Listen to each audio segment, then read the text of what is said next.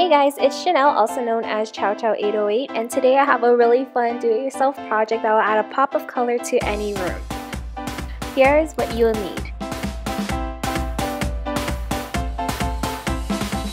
A blank canvas, I got mine from Michaels.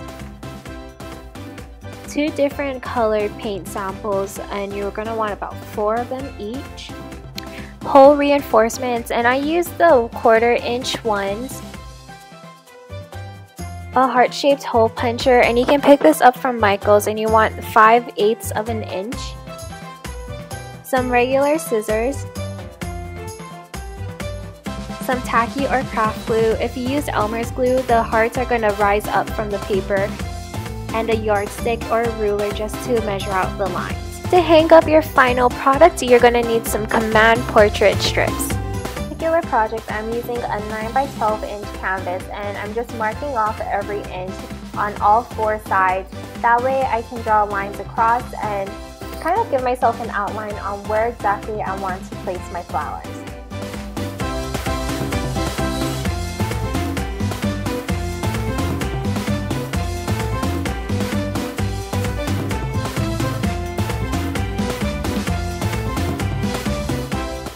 When you start drawing your lines, you want to make sure that you don't press too hard into the canvas, or else it's going to be difficult to erase it once you're done.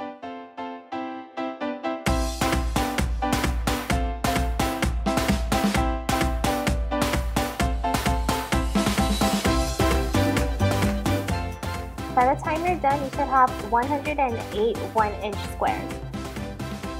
Now we're putting the canvas aside, and I'm going to start working on the flowers. I have my paint samples ready, and I'm also going to be using the hole reinforcements as well.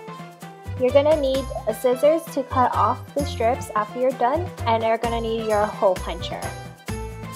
I'm using this heart-shaped hole puncher that I picked up from Michaels, and it's the 5/8 of an inch. And on the bottom, you're going to see that it has a little plastic cover, so I'm going to slide that up so that way I can see where I'm placing it. So I'm going to go towards the very corner of that paper, and I'm going to punch out the first heart.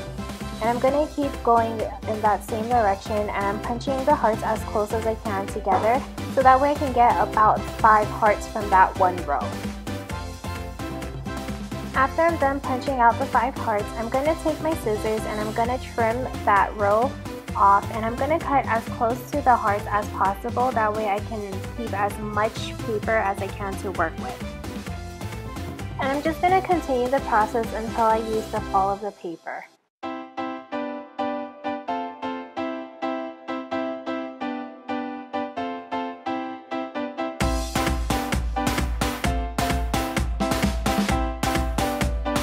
Once you finish punching out all the flowers, you're going to want to group them into groups of 4s, and this is just going to make it easier for you to start working on the actual flowers.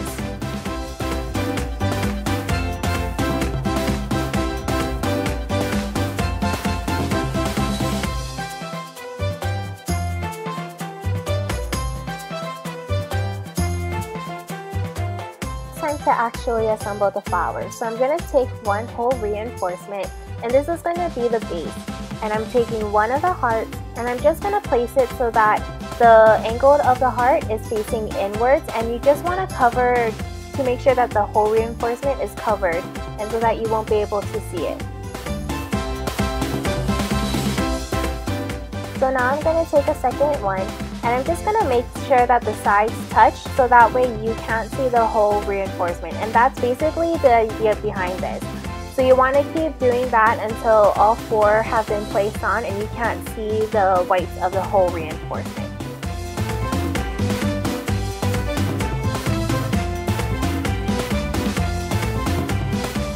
Once you have your final petal in place, just press down to make sure that all the hearts stick to the reinforcement, and that is how you make the flowers. You're going to want to continue this process until you've completed about 20 to 25 flowers. Once you have all your flowers completed, you can set those aside. Now we're going to work with the second color. With the second color, it's going to be the same process. I'm going to go ahead and start punching out the hearts for this color, and again I'm going to be trying to get at least 5 hearts from each row.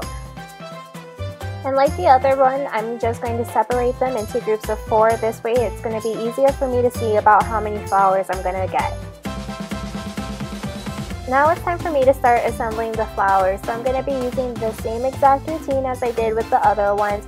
I'm just going to take one whole reinforcement and I'm just going to place one of the hearts to act like a petal. And just make sure that you press down firmly so that way the heart sticks. For this particular pattern, I'm going to start with the darker flowers first. So I'm taking one flower and that's going to go right in the center of an intersection. You want to make sure that the center of the flower matches the center of that intersection that we have. So for this, we're going to be skipping every other intersection or cross. And so I'm going to take that second flower and instead of putting it on the second intersection, I'm placing it on the third, making sure that the holes match up again. And I'm going to continue this pattern until I've reached the end.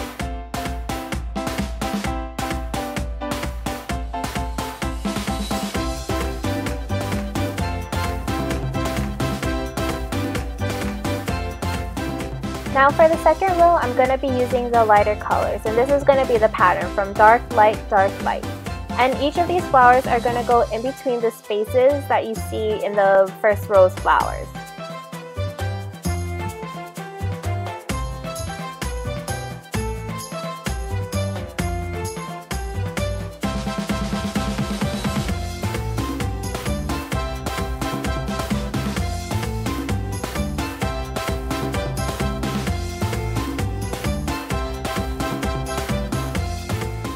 Continue with the pattern until you finish the entire canvas.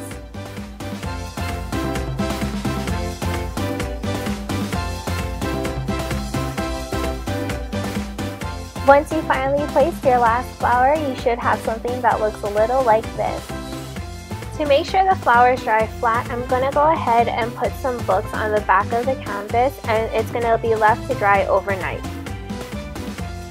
Is completely dry, I'm going to go ahead and take an eraser, and you're going to want a good high quality eraser. I'm just going to go ahead and erase all the lines.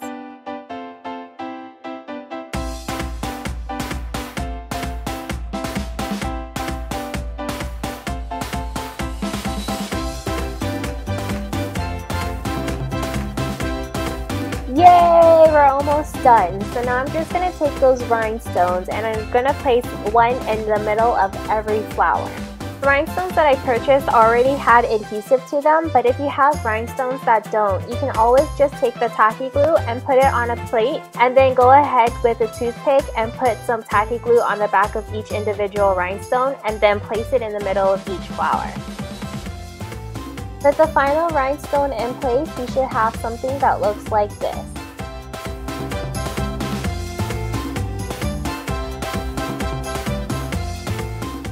To hang this on the wall, I'm going to be using the command strips, and I'm just going to be taking 2 of these command strips, snapping them together so that way it creates one full command strip. And then I'm just going to cut it in half, so now I have 2.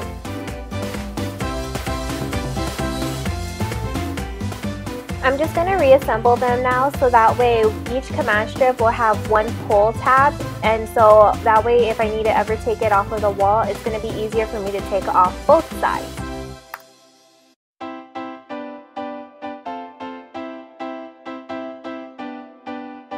Now I'm just going to take off the paper on the back of the sticky side and just place that on my canvas so that way I can get it prepped for hanging on my wall.